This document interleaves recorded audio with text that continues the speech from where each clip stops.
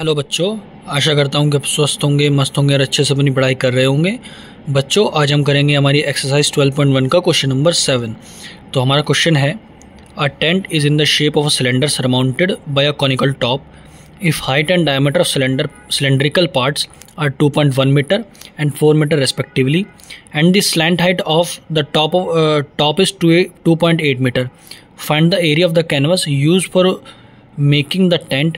Also find the cost of canvas of the tent at the rate of rupees 500 per meter square. Note that the base of the tent will not be covered with canvas.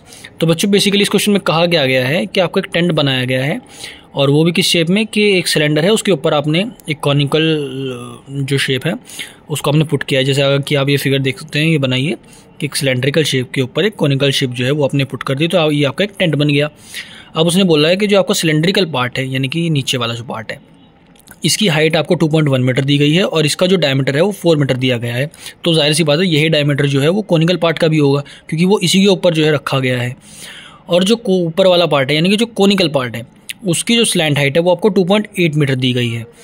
तो अब आपको ये information देके आपसे ये पूछा है कि ये जो आपका टेंट बना, इसका एक तो सरफेस एरिया क्या होगा, सरफेस एरिया यानी कि टोटल सरफेस एरिया। और उसके बाद आपसे पूछा कि टोटल सरफेस एरिया आप जब निकाल लेंगे तो आप ये बताइए कि कॉस्ट क्या आएगी कैनवस लगाने की इस पूरे टेंट पर, यानी कि कैनवस मतलब कपड़ा लगाने की। अगर उसका कपड़े का रेट 500 रुपये प्रति मीटर स्क्वायर है, अगर उसको लगाने का रेट ₹500 प्रति मीटर स्क्वायर आपका आ रहा है, तो पूरी कॉस्ट क्या आएगी। अब बच्चों, क्वेश्चन सॉल्व करने से पहले जो हमारी इस क्वेश्चन में दो फिगर्स दी गई हैं, यानी कि टेंट के अंदर जो दो फिगर्स का यूज़ किया गया है, एक तो कोन का, एक सिलेंडर का, उनके डायमेंशंस लिख लेते हैं। तो आपके कोनिकल पार्ट के डायमेंशंस क्या होगी, रेडियस और स्लैंट हाइट यहाँ पर। तो रेडियस आपकी कैसे निकलेगी, जो आपका डायमीटर दिया हुआ था 4 मीटर, तो रेडियस जो है डायमीटर का हाफ होती है, तो 4/2 यानी कि 2 मीटर आपकी रेडियस आ गई कोनिकल पार्ट की। और स्लैंट हाइट आपको 2.8 मीटर दी गई है। वैसे तो हाइट भी होती है कोन की, लेकिन इस क्वेश्चन में आपको उसकी ज़रूरत नहीं पड़ेगी, वो आपको आगे पता चल जाएगा। और अब सिलेंड्रिकल पार्ट की जो है डायमेंशंस देख लेते हैं। सिलेंड्रिकल पार्ट के डायमेंशंस हैं यहाँ पर, रेडियस जो कि आपका फिर से 2 मीटर हो गई, और जो हाइट है वो आपको दी गई है 2.1 मीटर। अब बच्चों हम क्वेश्चन को सॉल्व कर लेते हैं। हमें निकालना था टोटल सरफेस एरिया ऑफ जो हमारा टेंट था। तो हमारा टोटल सरफेस एरिया टेंट का कैसे निकलेगा।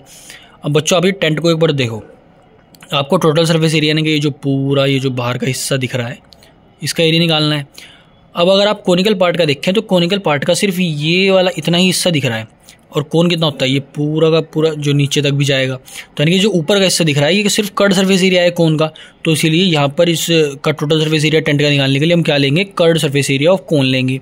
और इसी तरह आप सिलेंडर का भी देखो, सिलेंडर का भी सिर्फ ये जो बाहर वाला हिस्सा है, ये सिर्फ ये जो दो लाइनें हैं ये दिखेंगी, तो ये भी आपका क्या होता है, कर्ड सरफेस एरिया होता है सिलेंडर का। तो इसलिए curved surface area of cylinder ही लेंगे। और जैसा कि आप क्वेश्चन में बोल ही दिया था कि जो ग्राउंड होगा टेंट का, वहाँ पर आपको कैनवस नहीं लगाना, तो इसलिए नीचे वाला हिस्सा भी जो सिलेंड्रिकल पार्ट का है वो भी नहीं आ सकता।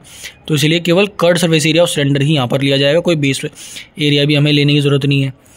तो आपका जो total surface area of tent होगा वो कैसे निकलेगा, curd surface area of cone plus curd surface area of cylinder. CSE of cone का आपका फॉर्मूला होता है πRL, और CSE ऑफ सिलेंडर का आपका फॉर्मूला होता है 2πRH। अब बच्चों इनको सॉल्व करने के लिए हम क्या करेंगे, पहले इन दोनों में हम कॉमन चेक कर लेते हैं क्या है। तो आपका कॉमन क्या है, पाई और आर, दोनों तरफ πR है आपका, तो ये कॉमन आपका बाहर आ गया। तो इस वाली वैल्यू से आपका यहाँ पर केवल L बचा, और इस वाली वैल्यू से आपका 2H बच गया। तो आपका जो इक्वेशन ऐसा आ जाएगा, πR ब्रैकेट में L + 2H। तो अब आप इनकी वैल्यूज़ को पुट कर देंगे, और जब आप वैल्यूज़ पुट कर देंगे तो आपको उसको सॉल्व करने के बाद जो सरफेस एरिया ऑफ टेंट है, यानी कि टोटल सरफेस एरिया, वो आपका 44 मीटर स्क्वायर आपका आंसर आ जाएगा। अब बच्चों, आपको जो दूसरा पार्ट था उसमें आपको कॉस्ट निकालनी थी कैनवस लगाने की।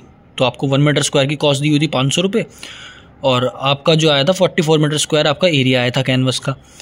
तो बस आप 1 मीटर की कॉस्ट 500 है, तो आपको 44 मीटर स्क्वायर की निकालनी है, तो आप 500 की 44 से मल्टीप्लाई कर देंगे, तो आपका जो कॉस्ट है कैनवस लगाने की 44 मीटर स्क्वायर एरिया पर वो 22,000 रुपीज़ आ जाएगी। तो बच्चों, इसी के साथ हमारा जो क्वेश्चन है वो फिनिश होता है।